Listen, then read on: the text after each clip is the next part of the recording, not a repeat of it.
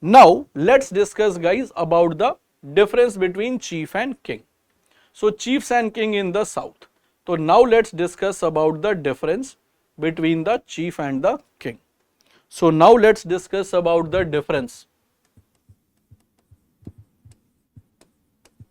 between chief and, so let's discuss the difference between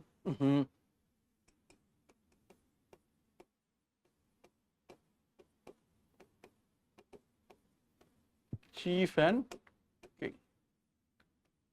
तो सरदार और राजा का क्या अंतर है? तो सीधा सीधा मैं हिंदी में आपको लिख दूं, अगर आप ऑफेंडेड ना फील करो, तो ये सरदार और राजा का अंतर क्या है? सो सरदार और राजा में अंतर।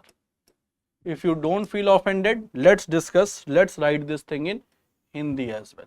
कि what was the difference between Sardar and, or you can say king and chief. First of all guys, let's discuss about chief.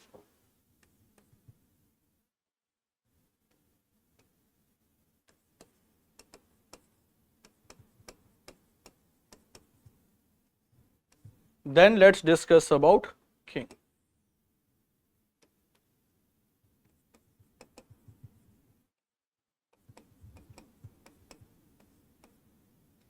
Now, what are the difference between the chief and the king? So let's first of all discuss about the chief and the king. देखो ये difference आपके NCERT में बड़ा वेग दिया हुआ है, ये मैं आपको एक्सप्लेन कर देता हूं अच्छे से, ताकि आपको ये समझ में आ जाए कि चीफ और किंग का डिफरेंस क्या था और चीफ किस तरीके से किंग बनता था।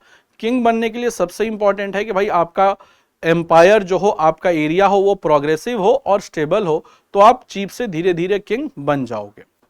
Now, first of all guys, what was the difference between the chief and the king? First of all, the king. First of all, let's discuss about chief. Chief guys, chief was the position of chief. Position of chief may or may not be hereditary.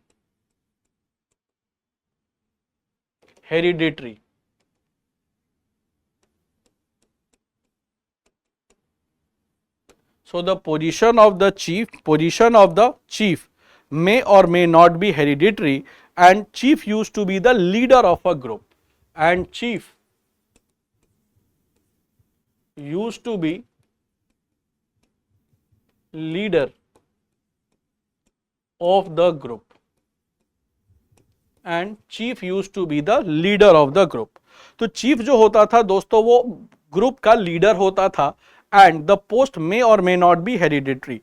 Post may be from the particular group or may not be from the particular group. And the king, what was the role of the king? So the position of king was hereditary.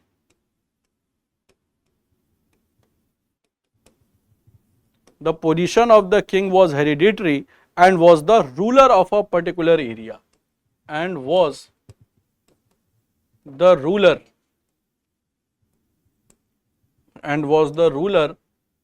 of a particular area, So king used to be the hereditary and he used to be the ruler of a particular area. So the king position was always a hereditary position in nature, and he was the ruler of a particular area. Next important difference between the king and the chief was, my dear friends, the chief, they do not have an organized administrative system. So they don't have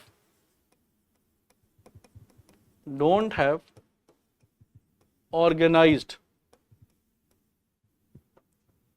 administrative system. So they don't have organized administrative system, and you will find that the work of the chief work of the chief includes first is to perform special rituals like religious rituals. तो perform special rituals. Second was to defend their leadership during the war. So to show leadership during war. And third was arbitrage. Arbitrage का मतलब समझ में आता है? Arbitrage का मतलब होता है समझौता करवाना. तो समझौता करवाना.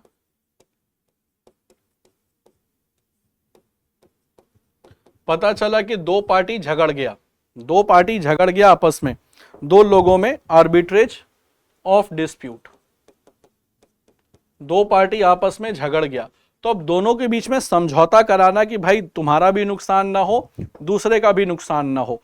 तो जैसे मान लीजिए दो पार्टी आपस में झगड़ा कर गए एक ग्रुप के, तो वहां जो चीफ होगा उस ग्रुप का, वो दोनों पार्टी के बीच में समझौता करवाएगा. ये नहीं करेगा कि दूसरे पार्टी को या जो पार्टी की गलती ज्यादा है उसको पिनलाइज करना है, पिनलाइज नहीं करेगा, दोनों के बीच में आर्बिट्रेज करेगा, एक दूसरे को समझाएगा, मैटर को सॉल्व करेगा. तो that was the work of chief. Now guys, if I talk about king, so king have a proper administrative system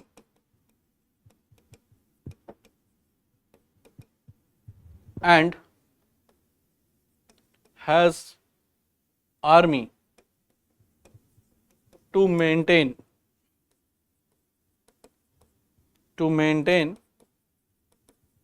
law and order. And has army to maintain the law and order, and the king can punish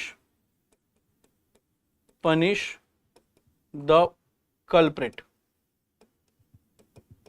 according to the law.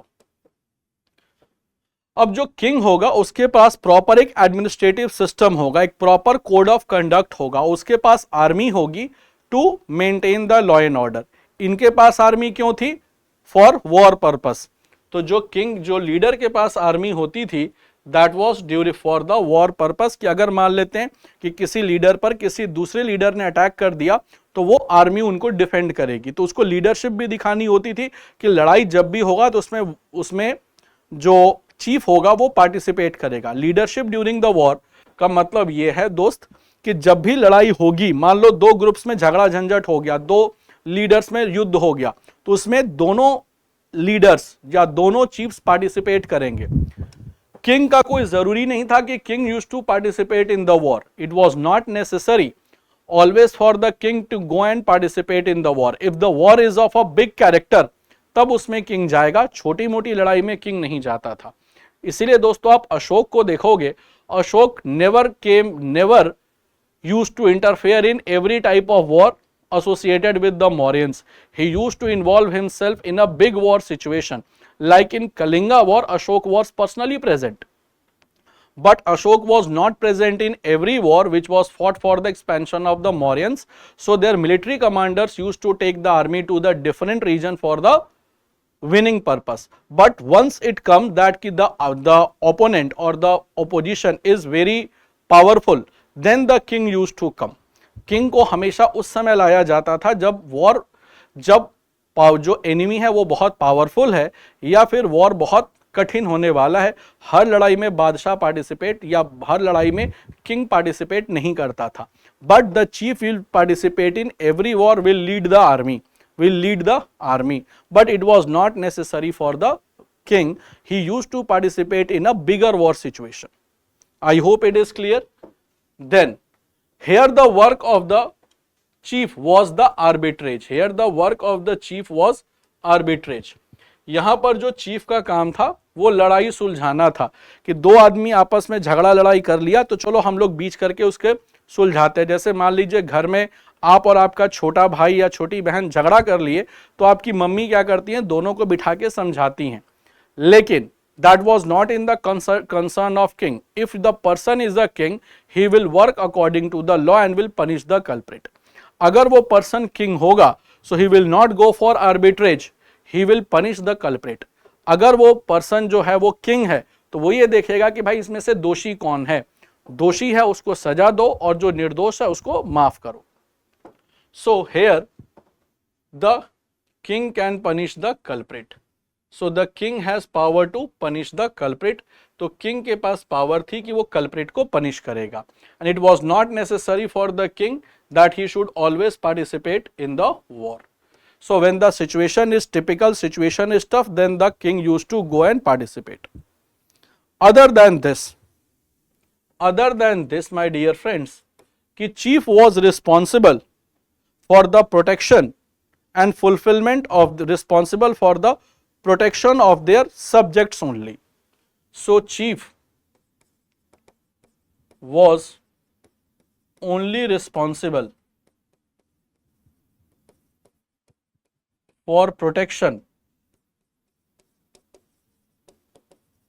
of the subjects of their subjects only. तो जो chief होते थे वो सिर्फ अपने लोगों की सुरक्षा के प्रति उत्तरदायी थे, लोगों की सुरक्षा के प्रति उत्तरदायी थे। But the king used to be, but if you will see the king used to be responsible for the protection of the subject and also for the protection of the area. So king was responsible for protection of their kingdom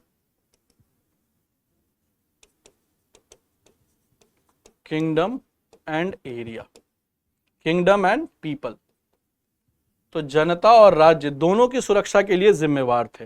तो जो राजा होता था वो जनता और राज्य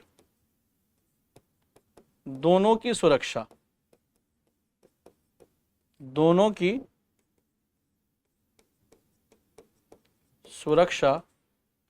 के लिए जिम्मेवार था। और जो चीफ होते थे वो सिर्फ जनता की सुरक्षा के लिए जिम्मेवार होते थे। So chief they were responsible for the protection of their subject only. तो जनता की सुरक्षा के लिए ही जिम्मेदार थे। Now guys, if I talk about their economic condition, so chief economic condition that was dependent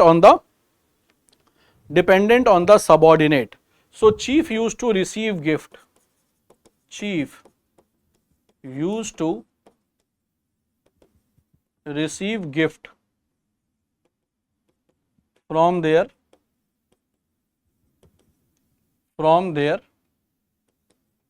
subordinates and used to distribute between the people.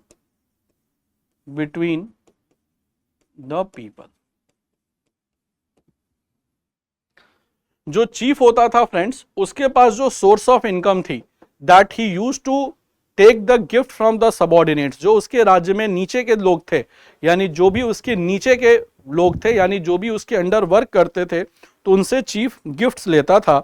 और गिफ्ट लेने के बाद करता क्या था, तो गिफ्ट लेने के बाद वो करता क्या था कि अपने लोगों के बीच में बांट देता था। जैसे मान लो सरदार जी हैं, आप लोगों ने देखा होगा कि पुराने हिंदी मूवीज में जो डाकू होते थे वो क्या करते थे, किसी जगह पर डकैती की, वहां से चीजों को लूट लिया और अपने लोगों को बीच में बांट दिया। तो बेसिकली ये काम करते थे चीफ की चीफ गिफ्ट रिसीव करते थे फ्रॉम द सबऑर्डिनेट्स, और जो भी उनको गिफ्ट रिसीव हुआ that was distributed among the people, distributed among the subjects. So that was the work of the chief. Now the king used to collect tax, king used to collect tax and money collected was spent by king on different purpose.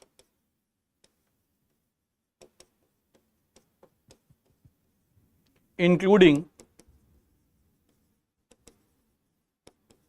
their personal expense. अब राजा है दोस्तों, वो tax इकट्ठा करता था और tax से जो भी पैसा मिलता था उसको डिफरेंट हेड्स में खर्च करता था, इंक्लूडिंग द पर्सनल एक्सपेंस। तो यहां पर जो राजा है वो टैक्स का पैसा लेके जनता के बीच में नहीं बांट देता था। टैक्स का पैसा लिया, उससे आर्मी को स्ट्रेंथन किया, टैक्स का पैसा लिया, उससे वेलफेयर वर्क्स किए फॉर द पीपल, टैक्स का पैसा लिया, अपने लाइफ को लग्जीरियस बनाया। तो वो टैक्स के पैसे से मल्टीपल यूज करता था, वो टैक्स के पैसे को जनता के बीच में नहीं बांट देता था। But the chiefs used to distribute the wealth, used to distribute the things that he received from the subordinates between his subject. लेकिन जो सरदार क्या करते थे कि जो भी उनको चीज मिला उसको लेकर के वो जनता के बीच में बांट देते थे। So that was the activity which was did by chief and these were the activities that was did by king. So initially guys, the person used to be the chief of the area, and slowly and gradually by increasing their popularity, increasing their courage, increasing their valor and making the areas stabilized, they converted themselves into the kings. So initially guys, the Chor, Cher, Pand who were ruling in the south area, they were behaving like a chiefs of their respective areas. Now when their empire became progressed, when they have different source of earning and when they stabilized their empire properly, then they converted themselves into the kingdoms. So first of all it was chiefdom and then it was converted into kingdom. तो पहले थी सरदारी और वहां से बन गया राजशाही या वहां से बन गया राजदारी, यानी पहले आप सरदारी में बिलीव करते थे, वहां से फिर आप बन गए राजा। तो पहले आप सरदार थे और सरदार से बन गए राजा। जब आपका एम्पायर स्टेबलाइज हो गया, आपका एरिया स्टेबलाइज हुआ, आपका एरिया प्रोग्रेसिव हुआ और आपके पास multiple source of earnings generate हो गई। So am I clear to all guys कि what was the difference between the chief and the king and how the chief used to become the king? Am I clear to all कि how first of all the chiefs became the king? अब exam की तैयारी को और बेहतर करने के लिए हमारे चैनल को लाइक, शेयर और सब्सक्राइब करना ना भूलें।